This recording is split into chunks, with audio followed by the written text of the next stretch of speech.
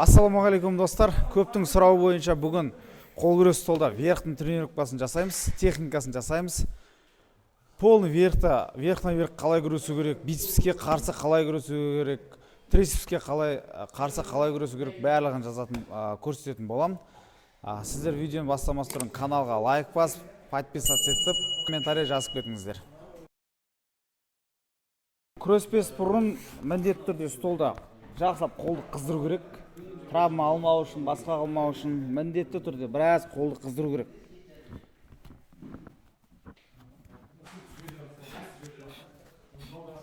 Шық. Вот. Қыздырып осылай. Крем, давай.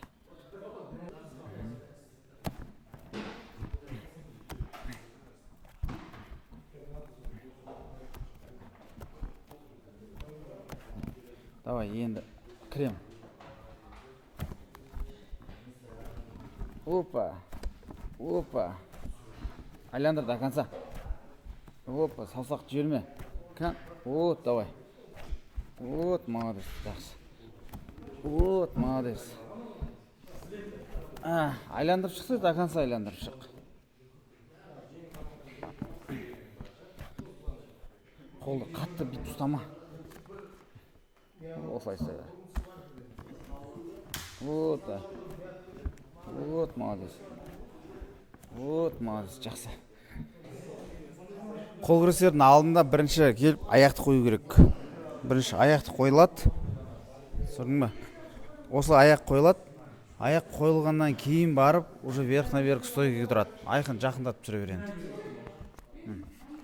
Екі адам верхқа тұрады. Ұстасамыз захватмен. Екеуміз верх на верх күресеміз.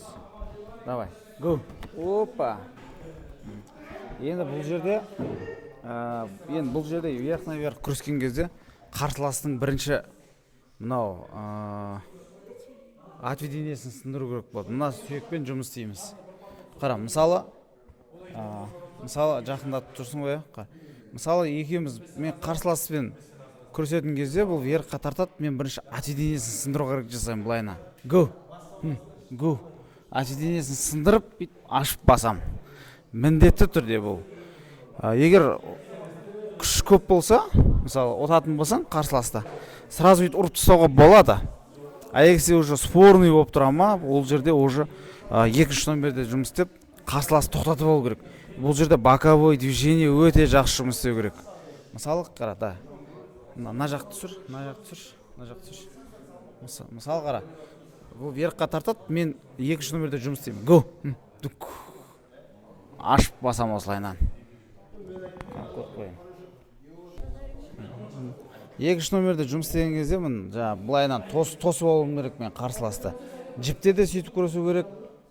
В основном жіпте болады ғой, ол қазір мен көрсетемін сіздерге. Давай.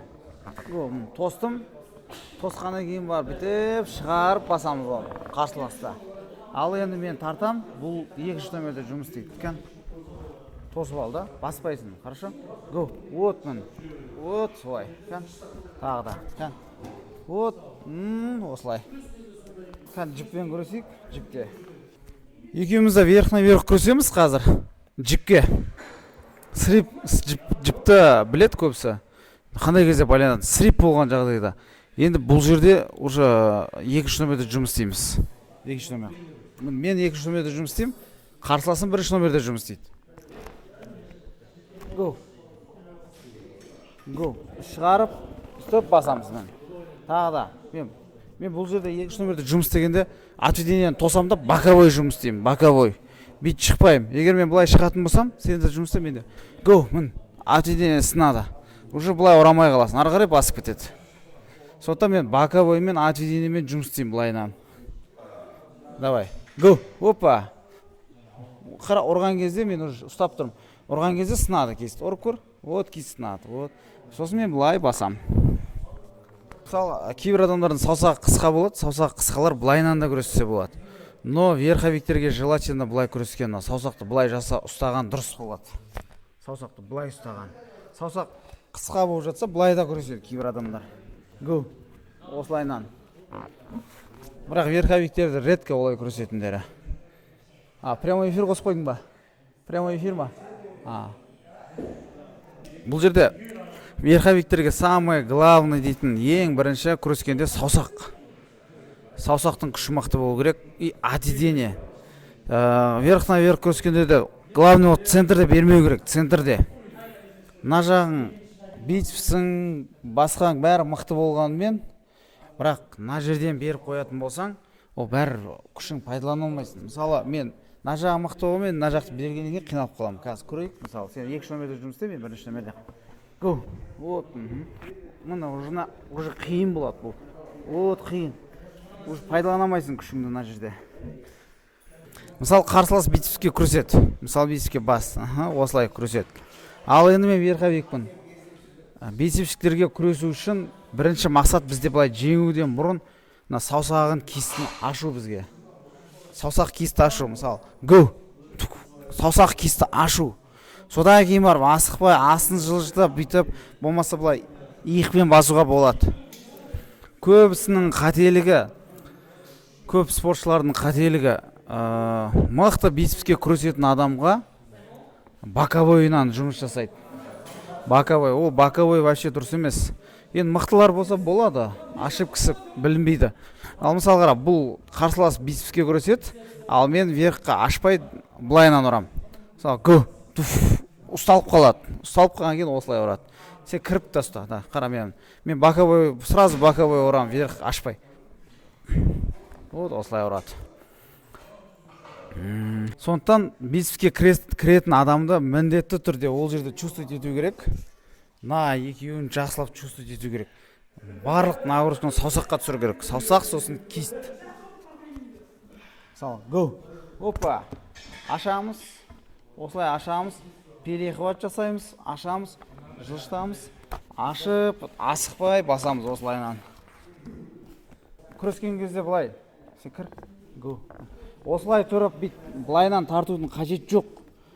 Осылай тұрып, отып кетеді ол жерде. Осылай. Енді тота. Осы тұрған жерден бізге ашу керек мына саусақты.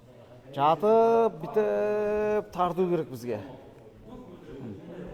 Сосын былайнан басамыз. Бұл верхқа күрескен кезде тек қана лучпен күресе алмайсың. Луч мықты болу керек. Но соғымен қатар былайнан боковой мықты болу керек.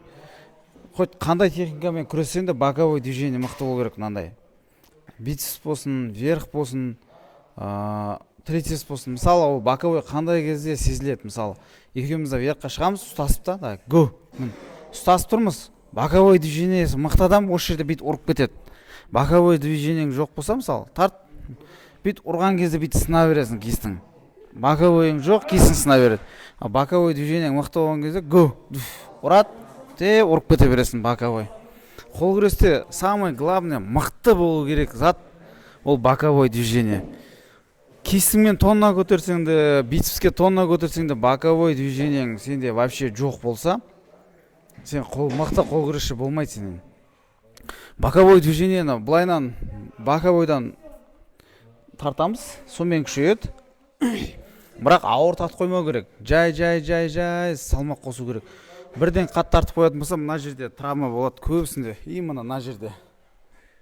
Именно осы жерден травма болады, ол жылдар бойы жазылмайды мына жер.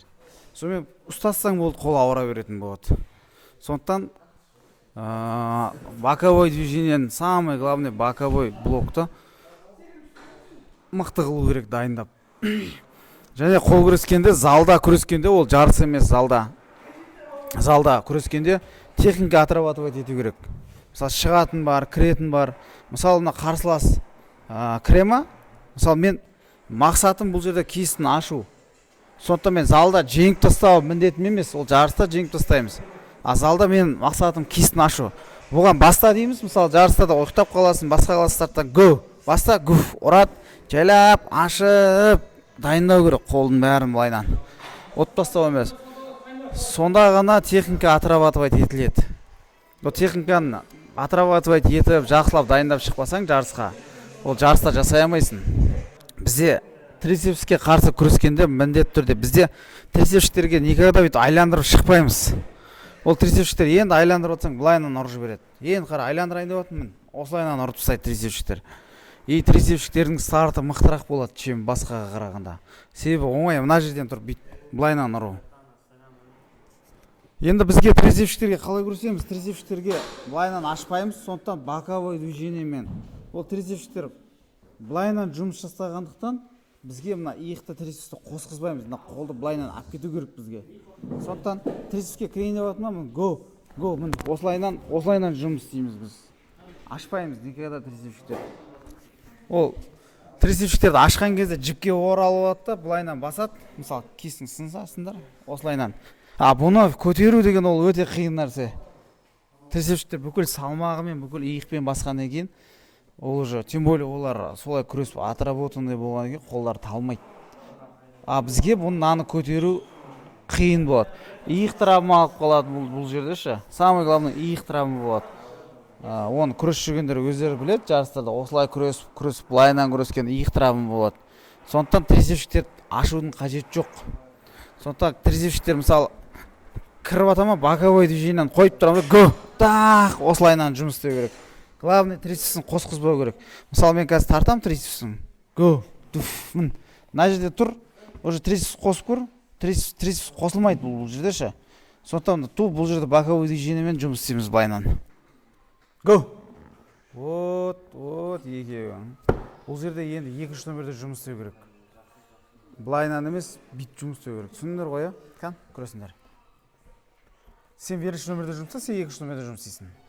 Сен ашасың былай, сен былайынан тосып ал. Сәл центр. Сен былайынан жұмыс істеп жатсың, жақсы ол, сөйтіп жасай. Қан, сенде күресте жақсылап. Давай, кес. Қолдарыңды қысып тұрмаңдар. Бос ұстап тұрыңдар. Қысып тұрсаңдар болмайды дейді.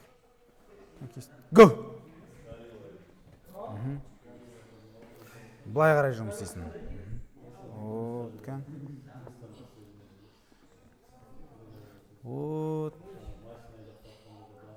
Саусақтан жіп байлаймыз енді, кендер. Сен мұнан бүйтіп шығарып қойып атсың, көріп атсың ба бүйтіп? Кестің сынады, үйтіп қойма қолды, былайынан бүйтіп қойма. Кестіңді мұнан айландырып қойма, былайынан осылай ұстау. Жоқ, мұнан шығарма деймін саған. Мұнан шығарма, жоқ. Қарсай, сен мұнан бүйтіп шығарып қойып атсың, мұнан бүйтіп сынады кестің бәрі. Сен былайынан біріктіріп ұстау керексің қолының барлығын. Ұстадыңдар ма? Кест, мен саған кестің таза қойып берейін ме былайынан? Осылай. Кест. Боковой жұмыс істейтінді кім сол ұтады? Сен кестің сынады дедің, көрдің ба? Өзің кест... Жоқ. Сен кестті захват ұстаған кезде дұрыс жасамай жатсың сен.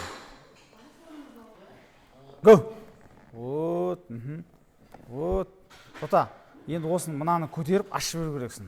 Солай. Молодец. Ұстаған кезде қолыңды былай ұстап тұрсың ғой, мынаны былайынан ұстап тұрсың, мынаны былайша. Түсінің ғой, ол былай жасама, былай жасасаң кестің жұмыс істемейді деген сөз, отведение. Сондықтан былайынан жұмыс істеу керекпін, осылайынан. Ол былайынан қойып тұрудың қажеті жоқ. Түсінің ғой да? Давай, вверх на вверх. Асықпай, центр. Лаңғаны аш, екеуіңді. Центр.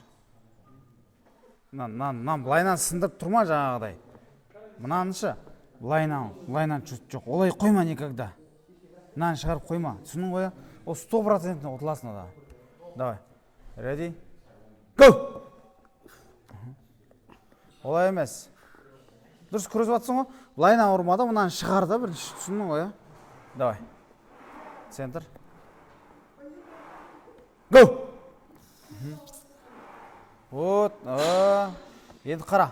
Мынаны доказывай тұрасың, мынаны көтеру керексің сол жаққа барғанда. Түсін ба? Стоп деген кезде полный күреспей қоймаңдар, қайтып сол жерде тұрыңдар, мен сендерге ашып келерімді айтамын. Түсіндіңдер ғой?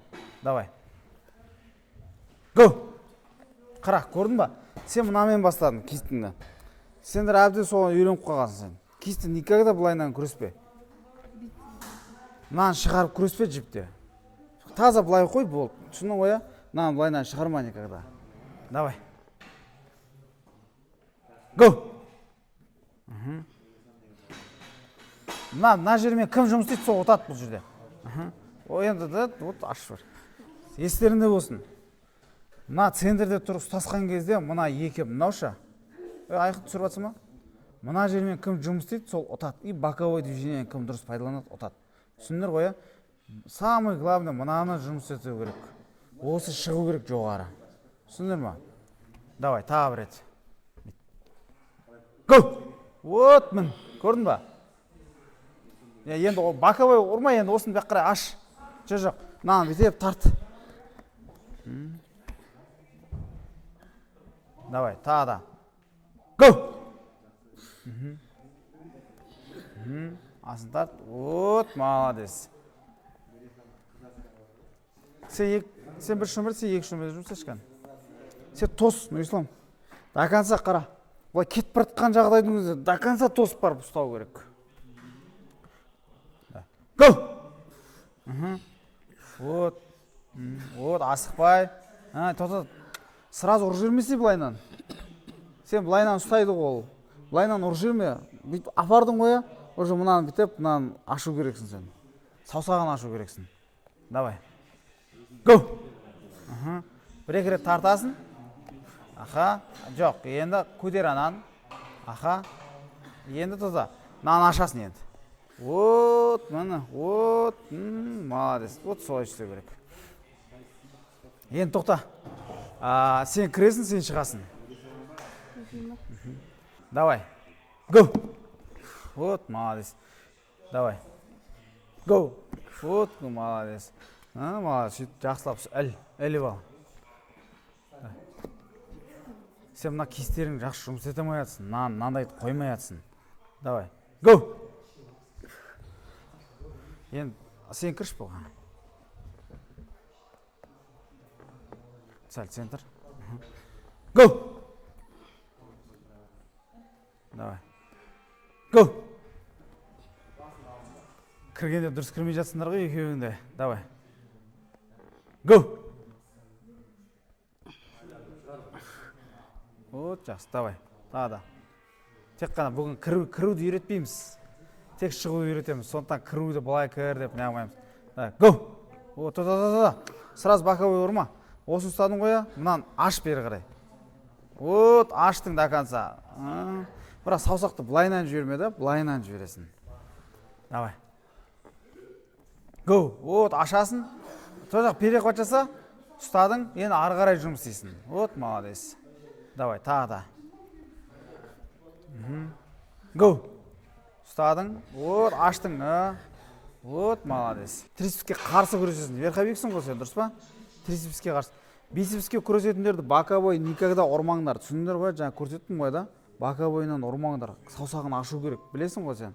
Енді бұл трицепске күресет, сен верхқа күресу керексің. Күрес. Жоқ. Саусақты бит ашпайды боковойларға, трицепсшіктерге ше. Қазір асқан кезде бұл былай ұстайды да, былайнан езе трицепс. Түсіндің ғой, қалай күресу керек? Давай, кан. Go. Жоқ. Дұрыс ол. Бірақ қара. Қара, сен кет тұр. Бұл трицепске күреседі. Мысалы бит трицепске былайнан ұрады. Сен осын боковойды чувствовать етесің да, бұл go дегеннен мыняға жұмыс істейсің. Бүйтіп. Түсіндің ғой? Кан, давай. Давай, go. Вот, осылайынан, кан. Go. Мына жаққа удар тиеді ғой, осын чувствовать ету керекпін. Go. Вот, молодец, молодец. Қара. Жайлап кіргін сөйтіп. Қара. Трицепсшіктер қара. Осы кезде трицепсына иық қосылмайды. Сондықтан күшін до конца қосамайды. Енді сен астын бері қарай сәл жасасын да, осылай ашып басып тастайсың. Түсіндің ғой? Мысалы қара, мен қазір трицепске күресем.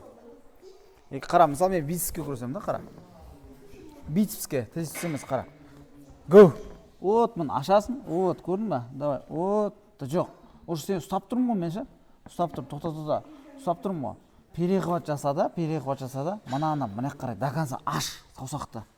Жоқ, саусағын жіберме сен. Мен саусағымды ашқан кезде сен саусақты жібермейсің. Түсіндің ғой да? Давай. Қара. Go. Опа, отырып көтересің. Вот, көтердің, перехват. Вот, саусақ. Жақсы, молодец. Қара, енді мен трицепске күресем.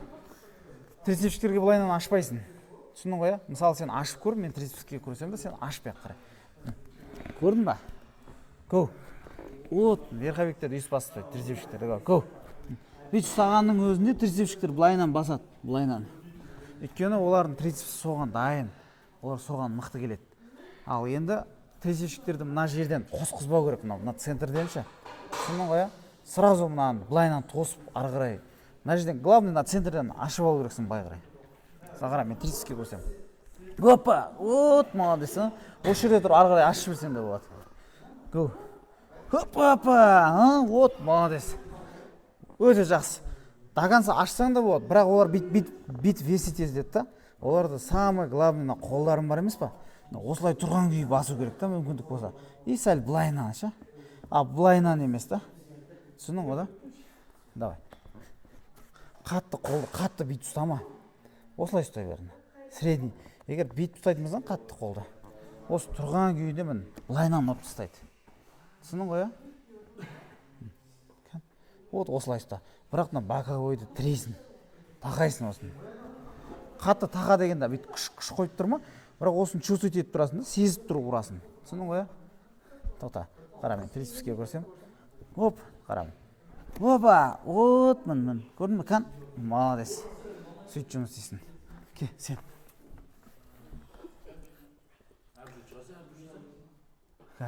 Самый главный бицепщиктердің саусағын ашасың, трицепщиктерді отырғызбайсың. И верховиктерді центрде ұстайсың. Түсіндің ғой? Достар, бүгінгі видео осымен бітті. Келесі видео қандай видео түсіреміз? Астына комментарияға жазып, лайк, комментария, подписаться етіп кетіңіздер. Жақсы.